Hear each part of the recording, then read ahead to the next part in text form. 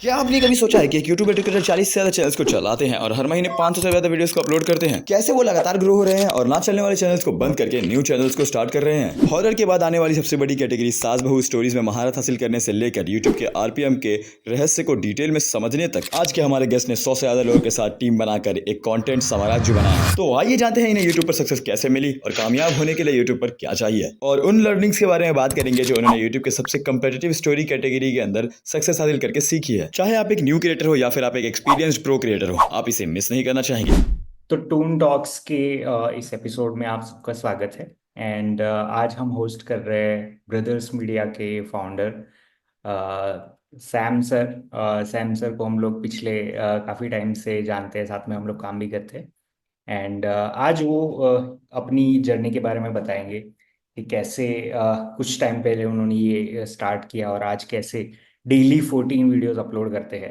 Right, और इतने सारे चैनल्स वो एक साथ चलाते हैं सास बहू वाले कैटेगरी में। राइट, तो thank you so much Sam sir for coming on and taking out the time for this episode. My pleasure Jay sir. Alright, thank you. So let's start with the first question. तो जैसा कि अभी मैंने बताया कि आप multiple channels चलाते हो, राइट? तो ऐसा आप देखा हो कि एक्सट्रीमली सक्सेसफुल यूट्यूबर के जैसे मिस्टर बीस्ट है, वो एक ही चैनल से सारा अपना मोनेटाइजेशन और सारी चीजें करते हैं। आपने ये चीज कैसे डिसाइड करी कि आपको नॉट जस्ट वन चैनल पर, आपको मल्टीपल चैनल्स में जाना है? इसके पीछे ना एक्चुअली मेरे को लगता है सिचुएशन को समझना ज्यादा जरूरी है। जब मैंने स्टार्ट किया था तो मुझे क्विक मनी चाहिए था। राइट। और हाँ, क्विक मनी मतलब करो 2 से 6 महीने में, 8 महीने में पैसे आ जाए। राइट। और उस समय मेरे दिमाग में फेस वैल्यू के बारे में कुछ ज्यादा आइडिया नहीं था, और ना ही मेरे को ये पता था कि हम इसको फेस वैल्यू को कैसे मोनेटाइज कर सकते हैं। इसका कोई एक्चुअली आइडिया ही नहीं था। राइट। तो हमने धीरे धीरे हमने, और वैसे भी जैसे हम कोई काम स्टार्ट करते हैं तो शॉर्टकट पहले मारते हैं। कि जैसे फेस वाले में क्या है, ब्रांडिंग बनाने में, लोगों को व्यूज लाने में बहुत टाइम लग रहा था मेरे टाइम पे। राइट। तो जो मेन आइडिया था फेसलेस के पीछे जानने का, वो यही था कि क्विक चैनल बनाया जा सकता है और उसको क्रिएट करके जल्दी से जल्दी वीडियो अपलोड करके चैनल शुरू किया जा सकता है। राइट। और राइट। उस समय मेरे को कोई आइडिया नहीं था कि फेस वाले चैनल के लिए किस तरह से चीजें काम करती है, कैसे उसको लेवरेज किया जा सकता है, इसका कोई आइडिया नहीं था। बट धीरे धीरे जैसे मुझे समझ में आना शुरू हुआ कि भाई जो फेस वाले हैं उसका क्या वर्क होता है और जो फेसलेस है उसका क्या वर्क होता है। लेकिन मुझे ये समझ में आ गया कि फेस वाले को बनाने में टाइम लगता है। अगर आप मिस्टर बीस्ट की भी बात करेंगे तो शुरू के शायद 5 या 6 साल उनको कोई सक्सेस नहीं मिली थी। राइट। स्टार्टिंग में उनको कोई सक्सेस, अभी हाल में 2 3 4 साल से एकदम एक्सट्रीम सक्सेस उनको मिली है, लेकिन शुरुआत के 5 6 साल कोई सक्सेस नहीं थी। 2 साल में तो शायद उन्होंने 100 व्यूज भी नहीं कंप्लीट कर पा रहे अपनी शुरू की वीडियोज में, जितना मेरी नॉलेज में है। राइट। तो मुझे क्या समझ में आया कि हम फेसलेस वाले जो चैनल्स है ना उसको बहुत जल्दी मल्टीप्लाई कर सकते हैं। इसीलिए अब एक बंदे को बहुत सारे चैनल चलाने, तो फेस वाले तो चला नहीं सकता, वो राइट। फेसलेस चला सकता है, क्योंकि उसमें आपको ब्रांडिंग की जरूरत नहीं है। आप वॉइस ओवर हायर कर सकते हो, स्क्रिप्ट राइटर हायर कर सकते हो, कुछ भी सब हायर हो सकता है विदाउट यू। राइट। तो राइट। मेन कंसेप्ट यही था, मल्टीपल बनाने हैं तो मुझे इन्वॉल्व नहीं होना है। ओके। ओके। जी, और ये किस साल की बात रही होगी जब आपने अपना यूट्यूब पे काम स्टार्ट किया? ये स्टार्टिंग 2017 की थी, या तो 2016 एंड होगा या 17 के स्टार्टिंग में था, इसी के आसपास था। ओके।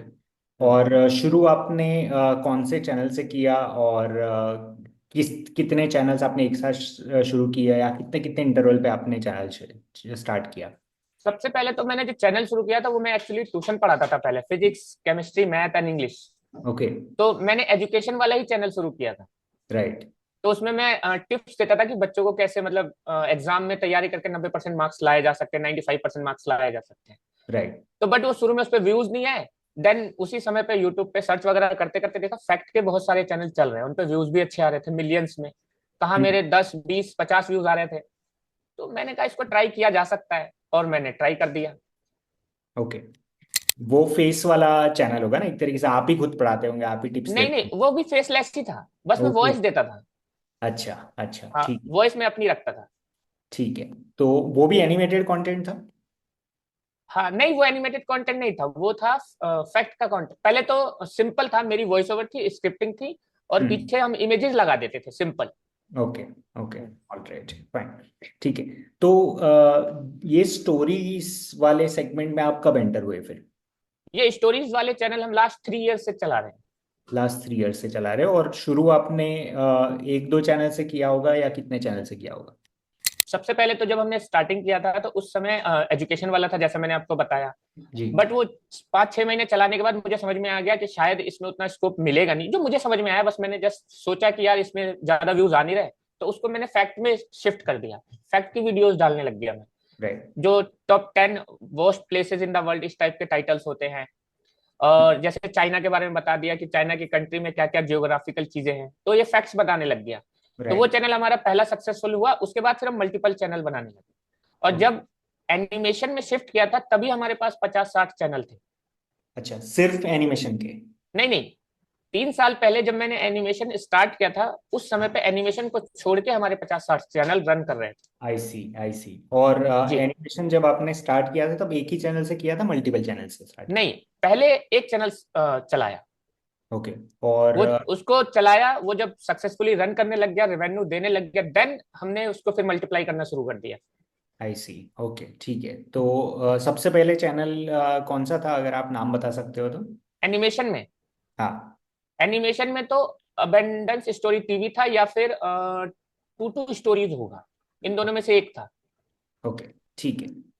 तो एनिमेशन के आप आज की डेट में कितने चैनल्स होंगे जो आप चलाते हो? एनिमेशन के अराउंड 40 चैनल है। 40, राइट? जी। ठीक है। और इसमें कंटेंट की फ्रीक्वेंसी क्या होती है, कि आप हर एक चैनल पे हफ्ते में एक वीडियो डालते हो, या किस तरीके से होता है? वैसे तो अभी चेंज हो गया, पहले तो हम एक चैनल पे 30-40 वीडियो डाला करते थे, बट अभी हम 10 से 20 वीडियो के बीच में डालते हैं एक चैनल पे। एक चैनल पे 10 से 20 वीडियोस डालते हो मंथली। एक महीने में? हाँ जी। अच्छा। तो यूजुअली हमने देखा है कि यूट्यूब पे जो स्टोरीज का काम करते हैं वो लोग हफ्ते में एक वीडियो रिलीज करते हैं, महीने के 4 वीडियो रिलीज करते हैं, राइट? एंड आपने डिसाइड किया कि आपको एक ही महीने में 20, 30, 40 वीडियोस रिलीज करने, एक ही चैनल पे? पहले तो हम 60 डालते थे, बट धीरे धीरे अब हमने कम कर दिया है। Right, right. तो सैम सर, इसके पीछे का थोड़ा आपका थॉट प्रोसेस, थोड़ा लॉजिक समझाओगे कि ये क्वांटिटी वाला जो गेम है यूट्यूब पे, राइट, हाँ जिसमें आप इंस्टेड ऑफ 4 वीडियो आप 40 वीडियो डाल रहे हो एक चैनल पे इन अ मंथ, राइट? तो ये कैसे काम करता है? वो आपको यूट्यूब के एल्गोरिदम में हेल्प करता है, मोनेटाइजेशन में हेल्प करता है? इसके पीछे का क्या है थॉट प्रोसेस? इसमें मतलब ज्यादा वीडियो डालने के पीछे तो सिंपल प्रोसेस है। जैसे हम क्या अभी 3 साल पहले ही आए हैं एनिमेशन में, ठीक है। हम्म। और एनिमेशन के फील्ड में ऑलरेडी जो पुराने प्लेयर हैं वो 7-8 साल से लगे हुए हैं। राइट। उनके चैनल ऑलरेडी स्टेबलाइज थे, और अगर हम उनके बराबर वीडियोस डालते तो हमारे चैनल रन नहीं करते। अगर मान लो वो महीने में 4 डाल रहे हैं, हम भी 4-5 डालते, तो हमारा रन नहीं करता, क्योंकि उनकी उनके सारे स्टेबलाइज है, तो व्यूज उनका इजिली आ जाता था। तो राइट। हमने इसको ओवरकम करने के लिए नंबर ऑफ वीडियोस बढ़ा दिया। और यूट्यूब का सिंपल फंडा है, अगर आप सही वीडियो क्वांटिटी ज्यादा डालते हैं तो आपको व्यूज ज्यादा आने लग जाते हैं, क्योंकि वो एक टाइम पे एवरेज आउट हो जाता है। राइट। राइट। अब जैसे अभी हमने वीडियो इसलिए कम कर दिए हैं कि अब हमारे भी चैनल स्टेबलाइज हो चुके हैं। नंबर ऑफ वीडियोस किसी पे 600, किसी पे 800 वीडियोस डल चुकी है। अब हम जी। वीडियो कम भी डालेंगे तो भी हमारा पूरा चैनल एवरेज आउट रहेगा। Right, right, right. तो बेसिकली इनिशियल ट्रैक्शन गेन करने के लिए अपना गेम था कि हम ज़्यादा वीडियोस डालें, यूट्यूब के एल्गो में आ जाए, और उसके हाँ बाद फिर जब स्टेबलाइज हुए तब फिर नॉर्मल पेस पे आप चलते हैं। हाँ। ग्रेट। ठीक है। तो ये एनिमेशन के आपके 40 चैनल्स है, राइट? तो हम्म। ये कंटिन्यूअसली 40 चैनल आप चलाते रहते हो, या फिर एक पॉइंट पे जाके आप रिविजिट भी करते हो कि ये मेरे 5 चैनल्स है जो काम नहीं कर रहे, उसमें कंटेंट जा रहा है, तो उसको बंद करते हैं और नए चैनल शुरू करते हैं? तो ये प्रोसेस होता है क्या आपका? हाँ, ये प्रोसेस कंटिन्यूअस प्रोसेस है, ये कभी भी बंद नहीं होता। देखते भी रहना पड़ता है कि कौन सा चैनल ठीक से काम कर रहा है नहीं कर रहा है। कुछ चैनल क्या हो जाता है, डेड हो जाते हैं ड्यूरिंग द प्रोसेस। आपका सही चल रहा होगा, रेवेन्यू भी आ रहा होगा, बट हम्म। सडनली उस पर व्यूज आने कम हो जाते हैं, रेवेन्यू आता ही नहीं, ज्यादा बहुत कम रेवेन्यू हो जाता है।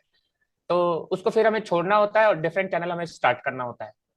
ठीक है। तो ये ये जो चैनल वर्क नहीं कर रहा है, राइट, वो डिसाइड करने के लिए कौन से फैक्टर्स आप देखते हो यूजुअली? मोस्टली तो हम ये देखते हैं कि टोटल जो पर डे व्यूज आ रहा है वो कितना होना चाहिए। तो मिनिमम पर डे व्यूज कम से कम 1 से 1.5 लाख व्यूज पर डे होना चाहिए। अगर वो इससे नीचे बना हुआ है और लगातार 3-4-5 महीने बना हुआ है, तो फिर हम उसको मान लेते हैं ये चैनल अब नहीं चलेगा, तो उसको मोस्टली हम स्किप कर देते हैं। ठीक है, तो वो चैनल बना रहेगा पर उसमें नए वीडियोस नहीं जाएंगे। हाँ, यही। ठीक है, बट उसमें से कंसिस्टेंट बेसिस पे थोड़ा बहुत रेवेन्यू तो बनता ही रहता है। हाँ, यूट्यूब का तो सिंपल है ना, चैनल पे वीडियोस हैं, वो भी जितना चलता रहेगा तो उसका रेवेन्यू बनता रहेगा। हम नई वीडियोस डालनी बंद कर देते हैं, इससे हमारा कॉस्ट उसका जीरो हो जाता है, तो जो बचा हुआ है वो रेवेन्यू बन जाता है। राइट राइट राइट, हाँ। ग्रेट ग्रेट, ठीक है। तो तो इसके बेसिस पे नेक्स्ट क्वेश्चन ये है कि जब आप डिसाइड करते हो कि ये चैनल मेरा वर्कआउट नहीं कर रहा है, राइट, हम्म। तो उसमें कोई स्पेसिफिक होता है कि मिनिमम लेट्स से 100 वीडियोस डालने के बाद और मिनिमम 6 महीना चलने के बाद आप डिसाइड करते हो कि ये मेरा चैनल चलेगा या नहीं चलेगा? उसके पीछे कोई थॉट प्रोसेस, कुछ मेट्रिक है आपकी? वैसे जैसे हम लोग स्टेबलाइज है, तो हम तो 3 महीने का टाइम देते हैं किसी भी एक चैनल को चलने के लिए। 3 महीने में अगर नया चैनल चल गया तो दैट्स इट, वो रन कर गया। अगर 3 महीने में नहीं चला तो उसे छोड़ो, फिर नया बनाओ। ये हम स्टेबलाइज है इसलिए। लेकिन अगर कोई न्यू बंदा है तो उसे 6 महीने से 1 साल ट्राई करना होगा। राइट राइट, ठीक है ठीक है। तो मिनिमम डेली चैनल पे 1 लाख+ व्यूज, ये आपका सिंपल मेट्रिक है? हाँ, सिंपल मैट्रिक्स है, इतना होना चाहिए। इससे कम गया है तो हम ये देखते हैं 2 से 3 या 4 महीने तक उसी से नीचे बना हुआ है। अगर उससे नीचे बना रहेगा 2 से 4 महीने के बीच तक, तो हम समझ जाते हैं अब इसका कुछ नहीं हो सकता, स्किप कर देते हैं। ओके, ठीक है ठीक है। तो मतलब 3 3 महीने में क्लोजिंग होता होगा, या फिर आपका रेगुलर प्रैक्टिस है कि एवरी मंथ आप चेक करते हो ये नहीं चल रहा, बंद करो, नया चैनल शुरू कर देते हैं? जैसे ऐसे होता है, जैसे अब मान लो अभी 40 चैनल है, ठीक है, तो हम्म। एवरी मंथ तो उससे रेवेन्यू आता ही है। अब जैसे मान लो इस मंथ है और वो क्या हो गया, उसका 2 चैनल का जो व्यूज है वो डाउन हो गया, ठीक है, जी। तो हमारे रडार में वो आ जाता है। फिर नेक्स्ट मंथ देखते हैं वो अप हुआ या डाउन हुआ। अप हो राइट। जाता है तो वो रडार से बाहर है, नॉर्मल है। अगर सेकंड मंथ भी उसका कम है तो उसके ऊपर 2 महीने हो गए। अब तीसरे महीने या चौथे महीने तक लगातार यही बना रहेगा तो हम उस चैनल पे काम करना बंद कर देंगे। ओके ओके, हम्म। ठीक है ठीक है। तो ऑन एन एवरेज आपके प्रोडक्शन साइकिल में 40 से 50 चैनल्स रहते हैं? ये सिर्फ एनिमेशन की बात कर रहा हूँ। Right right. हम्म। हाँ, तो एनिमेशन से रिलेटेड हम बात करते हैं कि आप डेली अगर आप, और लेट्स से मंथली अगर आप 30 से 40 वीडियो हर चैनल पे डालते हो, राइट, हम्म। और उतने ही 40 से 50 जितने अपने चैनल्स है, राइट, तो ये पूरा कंटेंट प्रोड्यूस करने के लिए कितने लोगों की टीम लगती है? और लेट्स से एक वीडियो आपका एवरेज लेट्स से 10 मिनट का ड्यूरेशन अपन ले लेते हैं, तो उसका प्रोडक्शन टाइम कितना होता अभी जो हमारा 40 चैनल की जो टोटल वीडियोस बनती है ना, उसके प्रोडक्शन के लिए टोटल जो टीम है वो 50 बंदों की टीम है। चाहे उसमें वो 50, हाँ 50, 60, 70 के आसपास है। है? राइट। टोटल टीम जो है वो 70। इसमें वॉइस ओवर है, एडिटर है, स्क्रिप्ट राइटर है, एनिमेटर है, सारे हम्म। हैं। जो चैनल को मैनेज करते हैं वो भी उसमें इंक्लूडेड है। ओके ओके, ठीक है ठीक है। और वीडियो प्रोडक्शन का ड्यूरेशन कितना होता है? लेट्स से आप महीने में, एवरेज एक चैनल पे 40 वीडियोस डालता हूँ, ठीक हाँ, है, ठीक है। और अभी हम लोग 10 से 15 ही वीडियो, 10 से 20 के बीच में वीडियो डालते हैं एक चैनल पे। ओके, तो हम्म। एवरेज अपन मान के चलते हैं कि 15 वीडियोस मेरे एक चैनल पे जा रहे हैं, और ऐसे हम्म। मेरे 40 चैनल्स है, हम्म। राइट, तो 600 videos a month, hmm. Right. तो इसमें एक वीडियो अगर 10 मिनट का मैं ड्यूरेशन गिनता हूँ, तो उसमें कॉस्ट कितना और टाइम कितना लगता है आपको? एक वीडियो को अगर हम एक एवरेज आउट टाइम माने तो, अगर इसके सिर्फ एनिमेशन की बात करें तो एक बंदा एक दिन में बना देता है। बट हम लोग टीम में काम करते हैं, तो हमारी एक टीम में 3 बंदे हैं, हम्म। तो 3 बंदे मिलके 2 वीडियो एक दिन में निकाल देते हैं। ओके, ठीक है। हम्म। और ये ड्यूरेशन होगा मोटा मोटा 10 15 मिनट? हाँ, 10 से 12 13 मिनट के आसपास होता है। 10 से 12 13 मिनट, जी। उसमें आपका स्क्रिप्टिंग भी आ गया, एनिमेशन भी आ गया, वॉइस ओवर भी आ गया, सब कुछ ही? हाँ, मतलब स्क्रिप्टिंग और वॉइस ओवर को अलग से काउंट करना होगा, क्योंकि वो तो रिकॉर्ड होके एक बार आ गई वॉइस, हम्म। उसमें फिर पूरा 1 डे लग जाता है 2 वीडियो में। Okay okay. हाँ। हाँ, तो नेक्स्ट क्वेश्चन है अराउंड आपके चैनल्स का जो पूरा एक एम्पायर है, उसमें ज़्यादातर किस टाइप का कंटेंट होता है, जॉनरा? जैसे सास बहू कैटेगरी में बहुत सारे कंटेंट मैंने पर्सनली देखे हुए, हम्म। राइट, तो ये पर्टिकुलर कंटेंट टाइप का कितना शेयर होगा सारे चैनल्स में? वैसे तो ये 95% है। ओके। सिर्फ हमारे 4 या 5 हॉरर है, बाकी सब इसी कैटेगरी में। अब हम थोड़ा और डाइवर्सिफाई कर रहे हैं धीरे धीरे करके। ओके ओके, ठीक है ठीक। तो थोड़ा बहुत अभी हमारे बहुत सारे व्यूअर्स है जो जस्ट अपना यूट्यूब का जर्नी स्टार्ट कर रहे हैं, राइट। एंड ये पॉडकास्ट उन्हीं के लिए है कि उनको हम जो फेमस और जो एक्सपीरियंस क्रिएटर्स है इस पर्टिकुलर फील्ड में, उनके इनसाइट हम उनके साथ शेयर कर सके। तो थोड़ा हम लोग इन जनरल यूट्यूब के बारे में बात करते हैं। ठीक ठीक। है। कि हमने एक ट्रेंड देखा है कि बहुत सारे चैनल्स होते हैं जिनका प्राइमरी फोकस एक पर्टिकुलर लैंग्वेज होता है। जैसे कि मैं हिंदी में बहुत सारी स्टोरीज बनाता हूँ, मेरा एक चैनल काफ़ी सक्सेसफुल है। अब सेम स्टोरीज को मैं लोकलाइज कर देता हूँ, मैं बांग्ला में कर दूंगा, मैं साउथ इंडियन लैंग्वेजेस में कर दूंगा, इस तरीके से। तो हम्म। चैनल्स का लोकलाइजेशन करके वो लोग दूसरे चैनल्स ओपन कर लेते हैं। तो आपसे क्वेश्चन ये है कि इसका कोई बेनिफिट है, या फिर इस टाइप का कंटेंट काम भी करता है क्या यूट्यूब में? हाँ, काम तो करता है, थोड़ा सा टाइम लगता है लेकिन चल जाता है। बेनिफिट ये होता है, जैसे अगर मैं मेन चैनल हिंदी का चला रहा हूँ, उसमें क्या होता है, कोस्टिंग तो पूरी होती है। हम्म। लेकिन अगर मैं डिफरेंट लैंग्वेज में चला रहा हूँ तो कोस्टिंग मेरी 80% डाउन हो जाती है। सिर्फ डब कराने का पैसा लगता है, बाकी सब कोई पैसा नहीं लगता। जी। ना एनिमेशन का लगता है, ना स्क्रिप्ट राइटिंग का, सिर्फ डब का पैसा लगता है। तो 80% कॉस्टिंग कम हो जाती है। तो जो भी रेवेन्यू आता है वो इजिली प्रॉफिट में कन्वर्ट हो जाता है अदर लैंग्वेजेस के। ओके। ओके। हम्म। फाइन। ठीक है। और जैसे अभी हम लोग यूट्यूब क्रिएटर्स के कम्युनिटी में काफ़ी ज़्यादा देखते हैं कि हर चैनल का, हर टाइप के कंटेंट का आरपीएम कम आ रहा है, राइट? हम्म। जो आता था उससे बहुत ज़्यादा कम है। तो हम्म। मैं आपसे आपका अंडरस्टैंडिंग लेना चाहूँगा कि आप इसको कैसे देखते हो, क्यों ये हो रहा है, और क्या लग रहा है कि कितने टाइम में ये वापस से अपने प्रीवियस हाई तक पहुंचेगा? इस आरपीएम का गेम में ना कई सारे फैक्टर्स काम करते हैं। जैसे एक फैक्टर तो जब से ये शॉर्ट्स आया ना, उसकी वजह से भी आरपीएम डाउन हुआ है। ओके। हाँ, क्योंकि कई सारे जो एडवर्टाइजर है वो शॉर्ट्स पे ऐड दे रहे हैं, लेकिन हम्म। जो यूट्यूब है वो रेवेन्यू कम दे रहा है यूट्यूबर को। तो एक तो आरपीएम ये डाउन होने की वजह है। जी। फिर आरपीएम टैक्स पे भी डिपेंड करता है कि किस तरह के टैक्स आप डाल रहे हो अपने उसमें। हम्म। फिर कैटेगरी आपकी कौन सी है, इस पे भी डिपेंड करता है। राइट। तो और कई बार जो इकोनॉमिक कंडीशन है, जैसे अभी क्या है, जो पूरे वर्ल्ड में ही जो इंटरेस्ट रेट्स है वो बहुत हाई है। तो राइट। अभी जो कंपनीज है वो एडवर्टाइज ही नहीं करा पा रही है। अब जब एडवर्टाइज कराती नहीं है तो 1 लाख व्यूज पे और कम हमें रेवेन्यू मिलता है, तो उसकी वजह से भी आरपीएम बहुत ड्रॉप हो जाता है। तो ये कई सारे फैक्टर्स पे डिपेंड करता है। राइट। राइट। तो ओवरऑल ग्लोबल इकोनॉमी और उसके फैक्टर्स के आसपास हाँ। मेनली तो ब्रांड्स, एडवर्टाइजर्स अगर हाँ, एडवर्टाइजिंग में पैसा नहीं डालेंगे तो क्रिएटर तक वो कैसे पहुंचे? मिलेगा ही नहीं, वो तो सिंपल है। राइट। राइट। हम्म।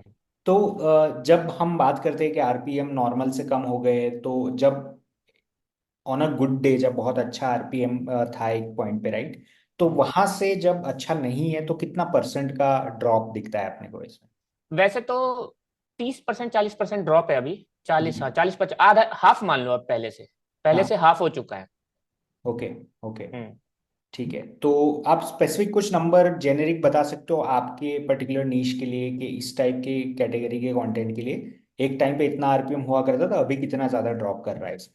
एनिमेशन का ही बता देता हूँ। वैसे तो जनरिक बता रहा हूँ, हो सकता है किसी पर्टिकुलर एक चैनल का ज्यादा भी हो, क्योंकि कई बार क्या होता है, सेम कैटेगरी में किसी किसी चैनल के ज्यादा आरपीएम होते हैं, किसी किसी का कम होता है। हमारे खुद के डिफरेंट डिफरेंट चैनल है, तो हमें सबका दिखता है, इसका कम है, इसका ज्यादा है, इसका कम है, इसका ज्यादा है। राइट। हाँ, तो वो खैर यूट्यूब की वजह से होता है। बट एवरेज जो है, जो पहले मिलता था वो 1 लाख पे, पहले जो मिलते थे वो 10, 20, 30, 40, हम्म। 40, 1 लाख पे 10 डॉलर, हाँ, $60 तक मिलते थे 1 लाख व्यूज पे, $60 से $70 तक, बहुत जी। इजीली। आज हाँ। से, जब मैंने शुरू भी नहीं किया था एनिमेशन में, तब की बात कर रहा हूँ। अच्छा।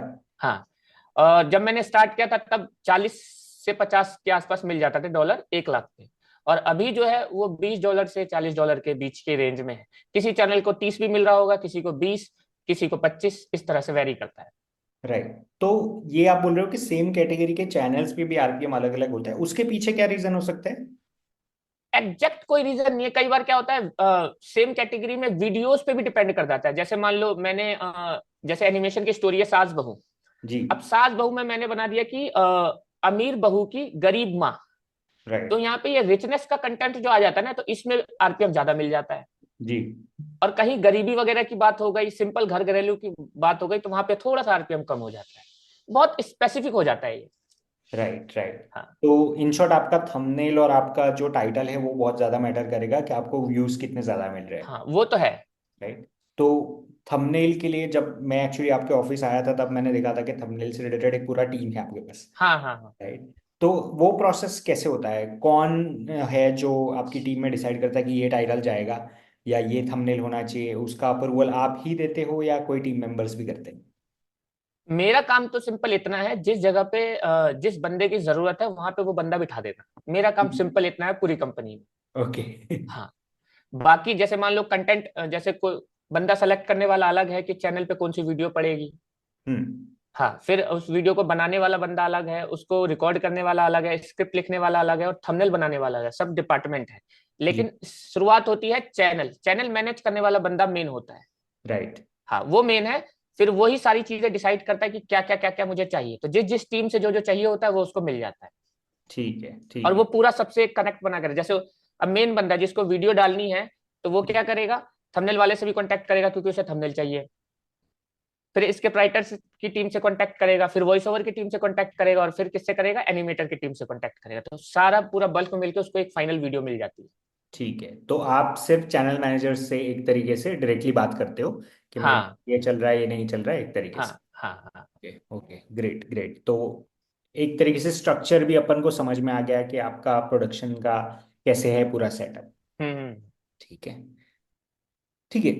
तो नेक्स्ट क्वेश्चन ये है कि over the last 7 to 8 years जिसमें आपने यूट्यूब पे ज़्यादातर काम किया है, हम्म।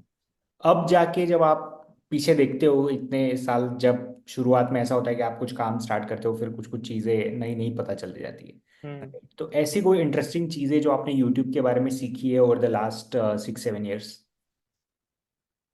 यूट्यूब के बारे में मुझे तो सबसे इंटरेस्टिंग चीज यही लगती है कि यार ये आपको ना मतलब लेवरेज बहुत इजीली कर देता है। अगर आप सक्सेसफुल हो जाते हो तो बहुत इजीली लेवरेज है। राइट।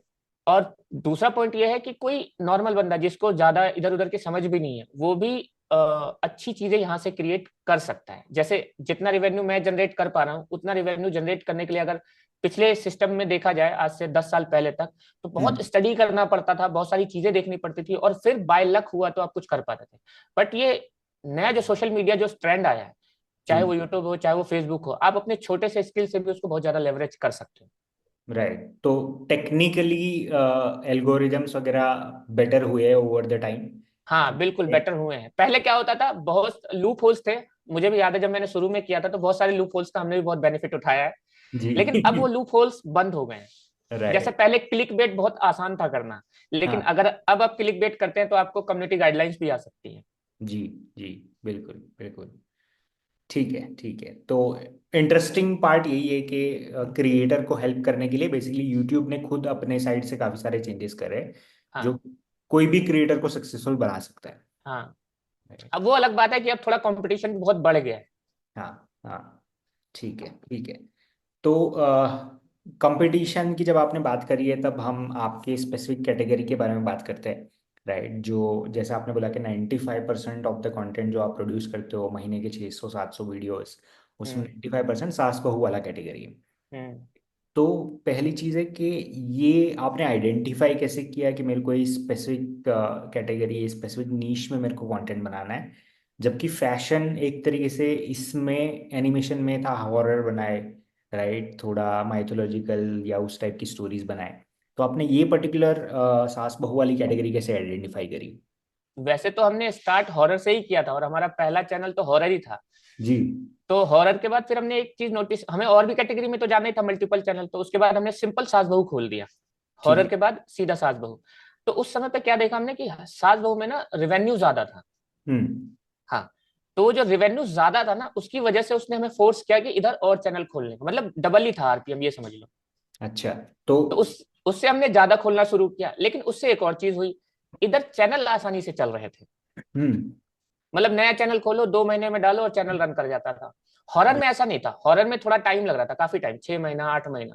और राइट। फिर हॉरर में एक और प्रॉब्लम क्या आ रही थी, जैसे हम जिस तरह का कंटेंट डालते हैं वो थोड़ा सा मतलब 18-16 साल के बच्चे देखते हैं। तो हम्म। उसमें थोड़ा ब्लड वगैरह दिखाने की वजह से ना आरपीएम भी डाउन आता है, प्लस वीडियो वगैरह में रिस्ट्रिक्शंस भी आती हैं। राइट। और ये बिल्कुल क्लीन है, हम्म। तो हम इधर मल्टीपल करते चले गए। Right, right.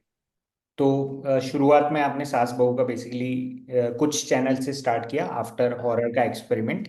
हाँ और इसमें स्पेसिफिक नुआंसेस, जैसे अभी एक चीज आपने बताई कि जैसे कम्युनिटी गाइडलाइंस ये सब सारा कुछ हॉरर में बहुत ज्यादा आता है, राइट? हम्म। तो उसके अगेंस्ट में अगर हम सास बहू की बात करें तो उसमें ऐसी कौन सी चीजें हैं जो आपको ध्यान रखना पड़ता है, राइट? स्पेसिफिक नुआंसेस है इस टाइप के कंटेंट बनाने के लिए। वैसे तो इसमें ज्यादा ध्यान रखने की जरूरत है नहीं, लेकिन इसमें आपको किड्स यूज ज्यादा नहीं करना, बहुत कम यूज करना, बच्चे, छोटे बच्चे। हम्म। अगर आप छोटे बच्चे यूज करेंगे तो आपकी वीडियोस ब्लॉक भी हो सकती है, ज्यादातर कई बार वो किड्स में भी चली जाती है, क्योंकि यूट्यूब जितने भी सोशल मीडिया वैसे तो किड्स को लेकर के बहुत सेंसिटिव है। Right right. हाँ, बच्चों का ध्यान रखना है बस, बाकी सिर्फ नॉर्मल है, कोई इशू नहीं है। Okay okay. तो आई थिंक इस पर्टिकुलर कैटेगरी में सबसे पहला शुरुआत आपने ही किया होगा।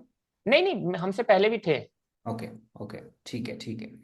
और हाँ, तो अगर आई थिंक उतना कंपटीशन उस टाइम पे नहीं होगा इस पर्टिकुलर कैटेगरी में जितना आज है, आज तो है।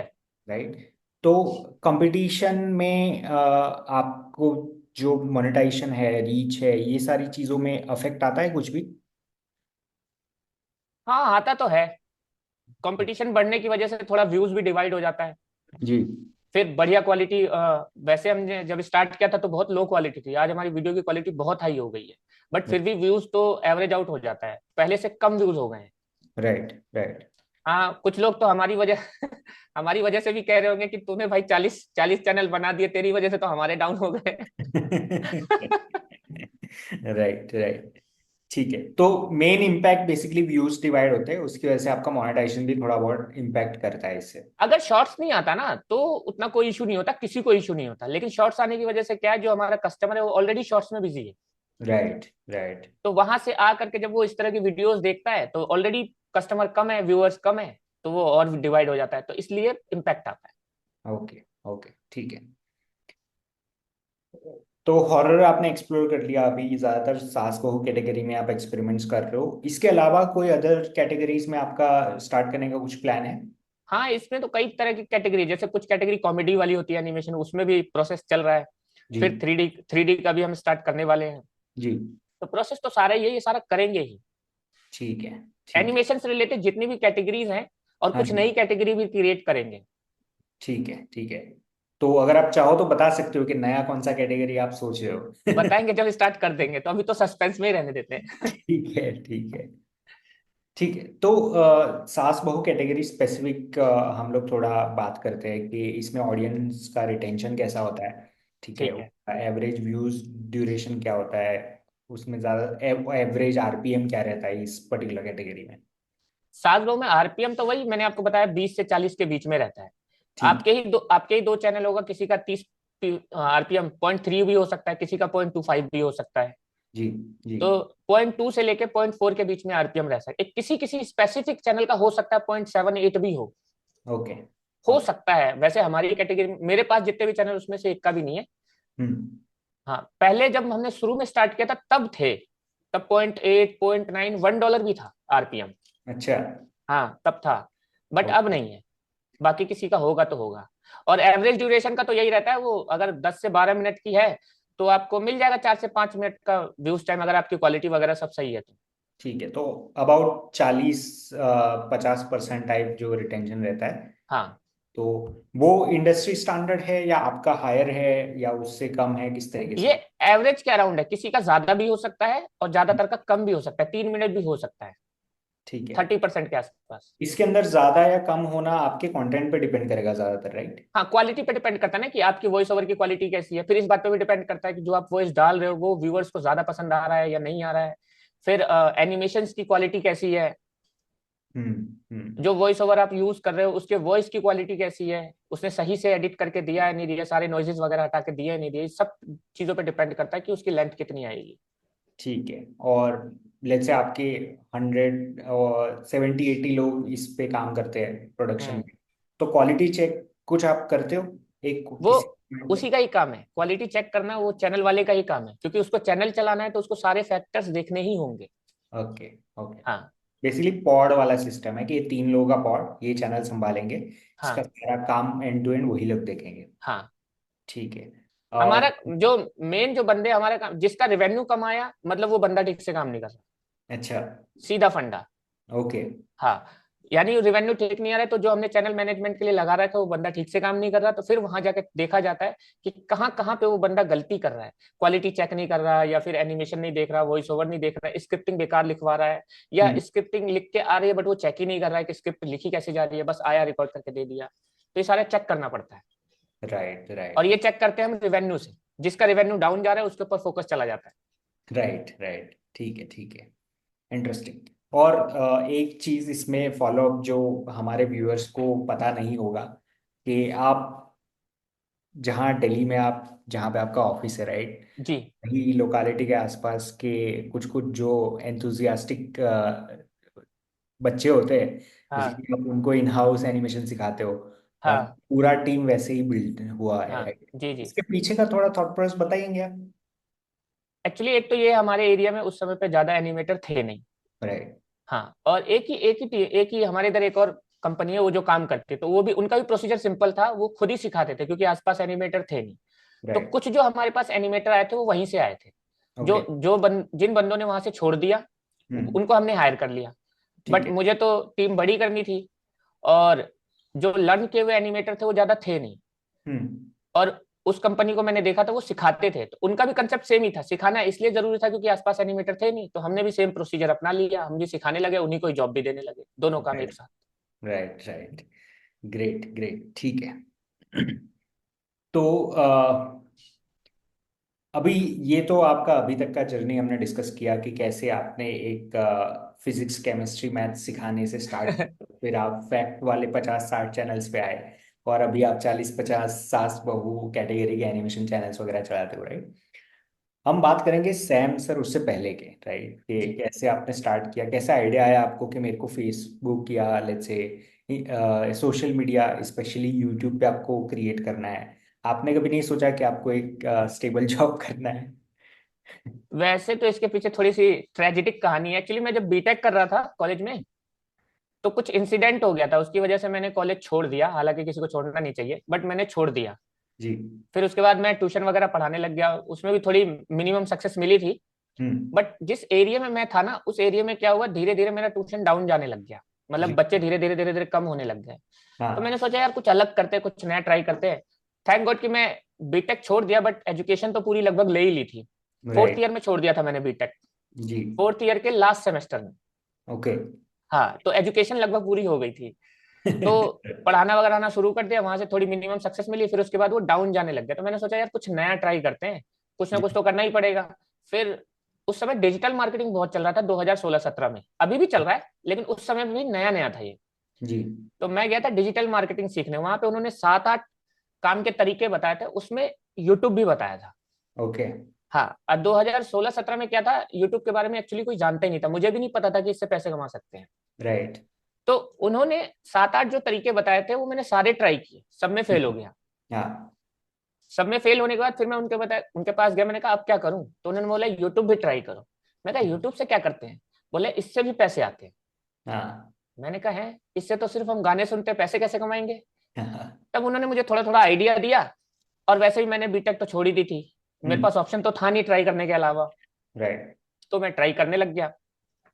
तो वही जैसे मैंने आपको बताया भी था कि एजुकेशन से रिलेटेड ही वीडियोस डाला थे, और उसके बाद फिर मैं सीधा फैक्ट चैनल पे पहुंच गया। बढ़िया है बढ़िया है, ठीक है, ग्रेट।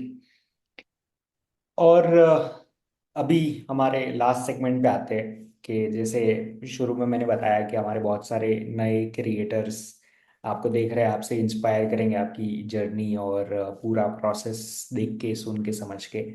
तो उनके लिए आपके एंड से कुछ एडवाइस आप देना चाहोगे जो अभी जस्ट अपना यूट्यूब पे जर्नी स्टार्ट कर रहा है? वैसे तो यूट्यूब पे मैं आपको बता रहा हूँ, कोई भी आप यूट्यूब का कोर्स कर लो, टेक्निकल चीजें आप सारी सीख जाएंगे। जी। वो कोई कोर्स कर लो, या यूट्यूब की बहुत सारे लोग हैं जो यूट्यूब की बातें सिखाते हैं, वो आप सीख जाओ। लेकिन जो मेन इंग्रेडिएंट है ना यूट्यूब पे सक्सेसफुल पाने का, 50% तो आपका लक काम करेगा। जी। 50% लक है और 50% है कंसिस्टेंसी। ठीक। आपको कंसिस्टेंटली 6 महीने से 1 साल से 1.5 साल, 1 साल ले ही लो, कम से कम 1 से 1.5 साल आपको ट्राई करना ही होगा कंसिस्टेंटली। यानी एक कैटेगरी पकड़ो और उसमें 1 से 1.5 साल 2 साल ट्राई करो। ठीक है। हाँ, तो उसके बाद फिर जज करना कि हाँ उसमें हम रन करें या नहीं करें, क्योंकि कई बार क्या होता है आप कितनी टेक्निकल नॉलेज ले लो, अगर आप कंसिस्टेंट नहीं हो तो आपका रन नहीं करेगा, चाहे कितनी ही नॉलेज आपको क्यों ना हो। Right right. मेन इंग्रेडिएंट यही है यूट्यूब चैनल चलाने का। ओके, ऑल हाँ, राइट। इसके अलावा बहुत सारी चीजें ऐड कर दो, चाहे आप कहो कि टाइटल ऐसा बना दो, टाइटल वैसा बना दो, स्क्रिप्ट अच्छी लिख दो, क्वालिटी बहुत बढ़ा दो, सब चीजें जरूरी हैं, लेकिन सबसे मेन है कंसिस्टेंसी और लक भी साथ में। राइट राइट, ठीक है ठीक है। तो that is the end of the podcast, and Sam sir, thank you so much for taking out the time. I am sure कि आपका दिन भर काफी बिजी जाता है, मतलब मैनेजिंग 100 लोगों का टीम इज नॉट इजी अब एंड इजी क्या, अब तो ये दिन का प्रोसेस हो गया, बस करना क्या है, वैसे भी जिंदगी में खाओ पियो काम करते रहो और क्या है। बढ़िया है बढ़िया, ग्रेट ग्रेट। ठीक है, तो thank you so much once again for coming on the toon talks, and see you soon. Most welcome sir, thank you. Bye bye.